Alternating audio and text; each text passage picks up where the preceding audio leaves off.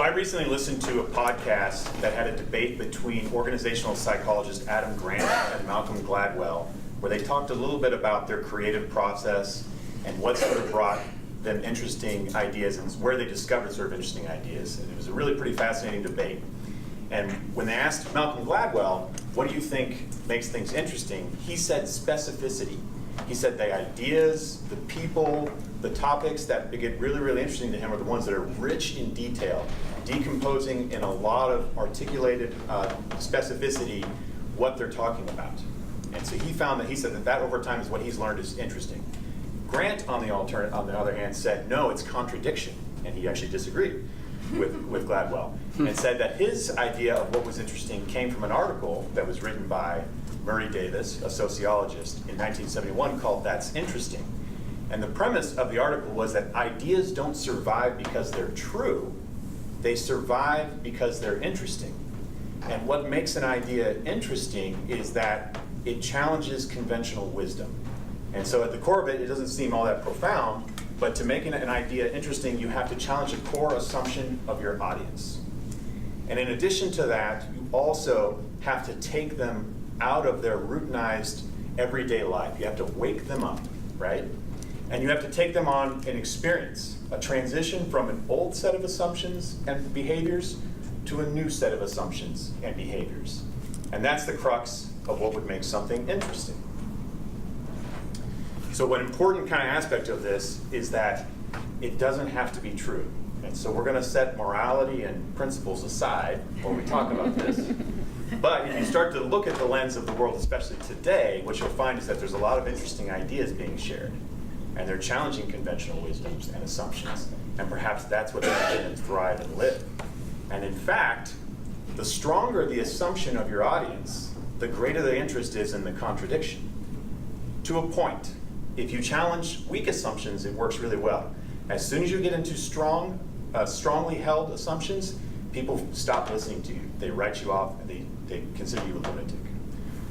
So I've got an interesting idea. Let's assume something that we think is critical to our health and our society's health, and that's good for us, is in fact actually awful for us, and is hurting us and the things that are most important to us. That'd be an interesting twist, wouldn't it? Let's think of something that's maybe not so dark.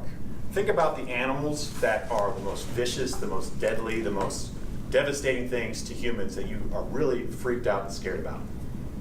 This cast of characters for the most part. This gives me nightmares. Gates Foundation actually said, well, let's turn that assumption around a little bit.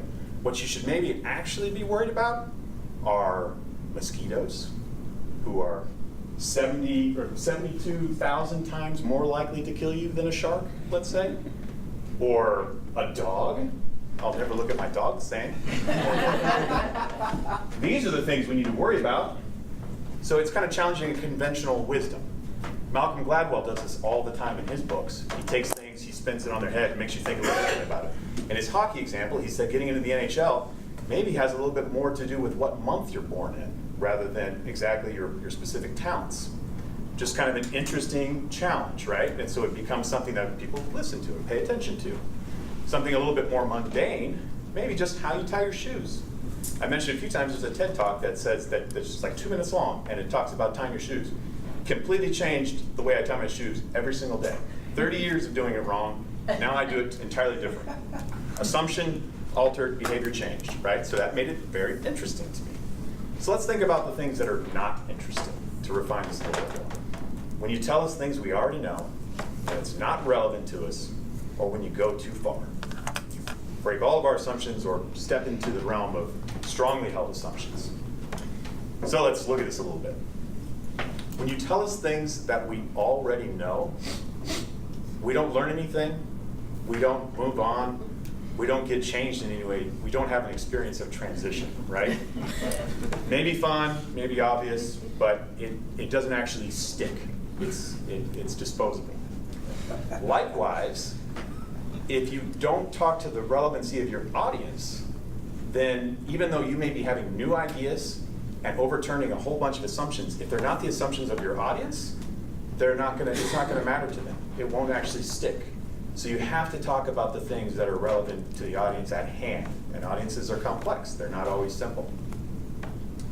And of course, you can't go too far. If you go off the deep end in terms of the assumptions you're challenging, if you basically go too far, you'll be written off as a lunatic or absurd. So you have to kind of keep it within the realm of weak assumptions. Apologies to anybody who believes in flattery.